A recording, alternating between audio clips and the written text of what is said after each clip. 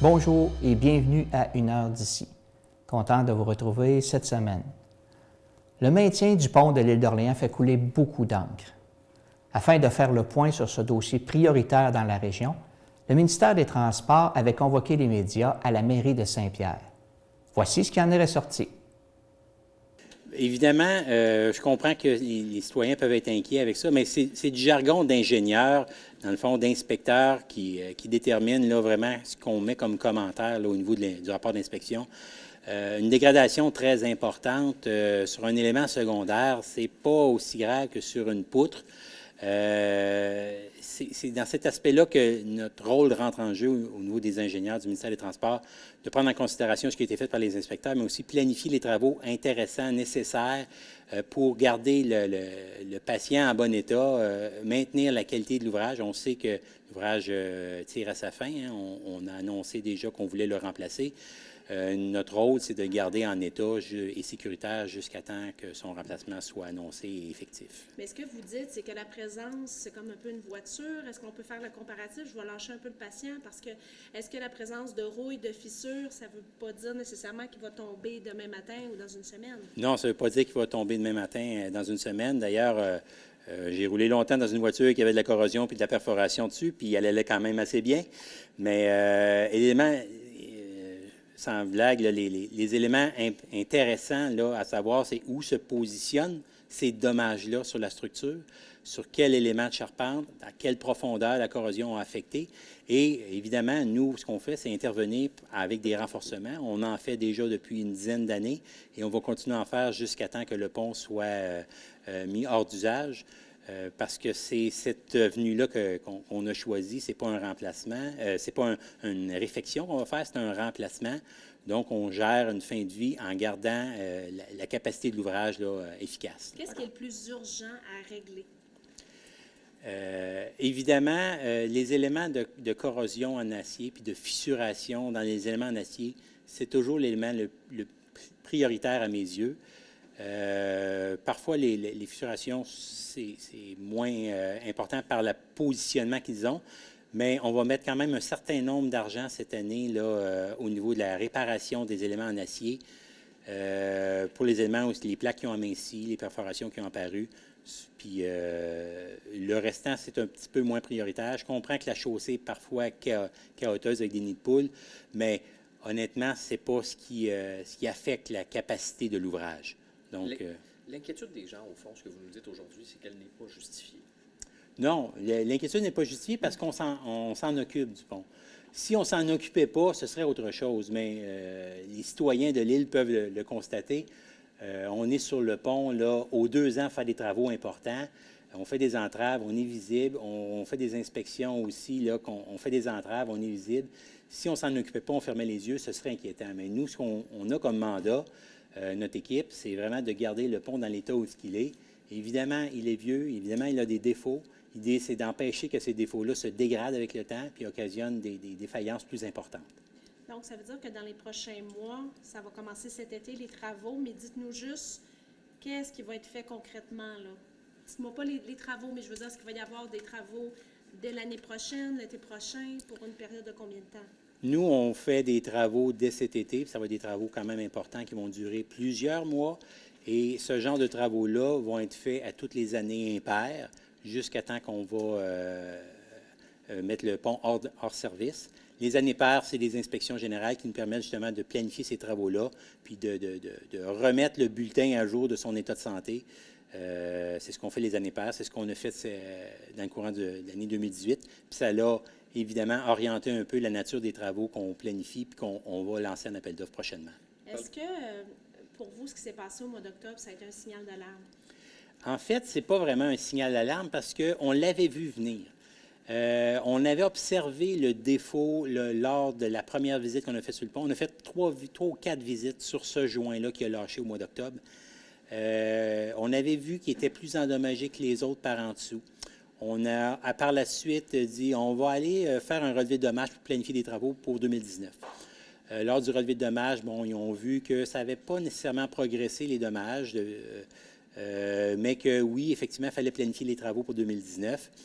Et puis, il manquait quelques données. Donc, au mois de septembre, il y a un autre inspecteur qui est retourné sur le pont, puis là, qui a vu des fissures additionnelles apparaître sur la chaussée, puis qui m'a avisé. Il me dit, effectivement, il se dégrade plus rapidement qu'on l'aurait souhaité, ce pont-là. Il est privé à la programmation pour 2019. Puis 2 semaines plus tard, bien évidemment, le joint avait lâché. C'est un signal d'alarme. Ce n'est pas nécessairement un signal d'alarme parce que, bon, c'est un endroit spécifique sur le pont dans lequel il y a un endommagement.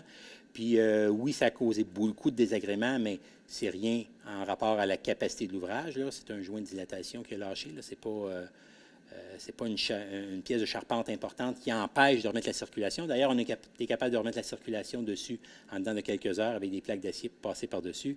Mais oui, effectivement, ça nous indique qu'il faut se préoccuper de ces défauts-là qui semblent parfois progresser plus vite que prévu. Et par mesure de prudence, on a décidé d'en prévoir 11 dans les travaux prévus cet été.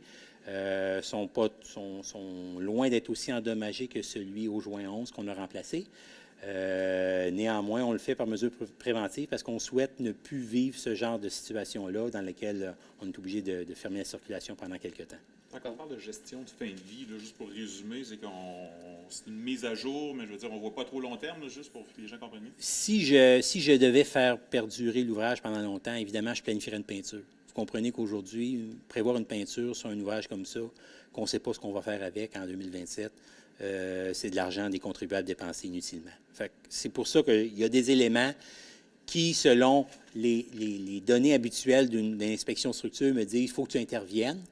Par contre, nous, on prend la décision de mettre ça de côté parce que ça ne sera pas récupéré à long terme, cet investissement-là, si jamais le pont devait le démolir à terme, là, lorsque la décision sera prise. Juste pour finir là-dessus, sur la question de l'utilisation responsable des fonds publics, est-ce que dans ce contexte-là, vous diriez qu'on fait actuellement le strict minimum? On ne fait pas le strict minimum parce qu'on fait aussi du préventif. Comme je disais tantôt, on va remplacer 11 joints. Il y en a un qui a lâché, mais les autres ne sont pas dans un état dans lequel ils pourraient lâcher de façon imminente. Mais on va quand même en remplacer 11 parce qu'on veut essayer d'éviter que cette situation-là se reproduise d'ici 2027. M. Beauregard, ça va être quoi la nature des entraves cet été? Cet été, il va y avoir des entraves, comme on a connu les dernières années. Donc, fermeture une voie sur 2, principalement de nuit, avec gestion par les signaleurs. Et par contre, il y a une intervention un peu plus intrusive qui est nécessaire au niveau de l'approche du côté de l'île d'Orléans, dans laquelle on va devoir faire des fermetures qu'on appelle longue durée, donc plus de 24 heures d'une des deux voies. Et dans le cadre de cette fermeture-là de longue durée, on veut la planifier pour qu'elle soit le moins dérangeante possible, donc de fin de semaine, idéalement tôt en saison. Là, on vise le mois de mai présentement. Pour les insulaires, vous avez un message à leur donner, ça serait quoi? Bien, évidemment, je dirais, sois pas inquiet. On est présent sur le pont de l'île de façon régulière plusieurs fois par année. On s'occupe des travaux nécessaires pour le maintenir en vie, en bon état et de façon sécuritaire. Oui, on sait qu'il n'offre pas tous les services que vous attendez de ce pont-là. Le prochain le fera certainement, mais moi, mon rôle, c'est effectivement de le garder aussi sécuritaire qu'il l'était il y a 10, 15 ou 20 ans pour être en mesure de le fermer le moins souvent possible pour des interventions d'urgence. Depuis 2012, là, on a mis entre 8,5 millions et 9 millions de dollars sur le pont.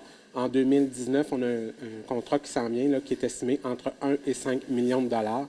On a une estimation beaucoup plus précise, mais on ne souhaite pas révéler les chiffres pour ne pas venir jouer là, sur le processus d'appel d'offres. Mais est-ce qu'il y aura des réparations à toutes les années? Ce qu'on prévoit actuellement, en fonction de la connaissance qu'on a, c'est des interventions aux années impaires. Donc, cette année, en 2019, on a des interventions. En 2020, on ira faire l'inspection générale, des travaux, et comme ça jusqu'en 2027, à la mise en service du nouveau pont. On parle d'entraves importantes cet été? Cet été, on parle d'entraves là, qui nécessiteront la fermeture d'une voie sur 2. Les travaux là, seront réalisés principalement de nuit. À l'occasion, il pourrait y avoir des interventions de jour, mais à l'extérieur des périodes de pointe, là. Est-ce que c'est un des pires ponts qu'on a présentement au Québec? Je dirais pas pire, on a 10 000 ponts. On a différents défis. On a des défis à gérer sur chacun des ponts. Ceci dit, le pont de l'île d'Orléans est un pont majeur, 1,8 km, un lien unique. Alors, pour le ministère des Transports, ce sont toutes des lumières d'alarme qui nous indiquent qu'on doit lui porter une attention particulière, et c'est ce qu'on fait au quotidien. ça restera quand même un des plus vieux, là. Oui, ça reste un des vieux ponts sur le réseau. Dans les ponts majeurs, là, sur le Saint-Laurent, c'est vraiment un pont qui a de l'âge. On ne le nie pas. C'est un pont qui a des défauts de son âge. Mais avec le suivi qu'on en fait, il y a une équipe traitante autour de lui là, qui prennent en charge ces problèmes au fur et à mesure et qui viennent faire les travaux nécessaires là, pour que le pont soit maintenu jusqu'en 2027. Ça veut-tu dire que dans la prochaine année, il n'y aura pas d'inspection, si je me souviens? On n'aura pas l'inspection générale, mais il y a des inspections spécifiques qui sont prévues. Il y a des suivis de dommages de certains éléments qu'on connaît. Alors, les ingénieurs sont sur le pont à chaque semaine et puis on suit l'évolution de certains défauts. Il n'y a pas de doute à y avoir.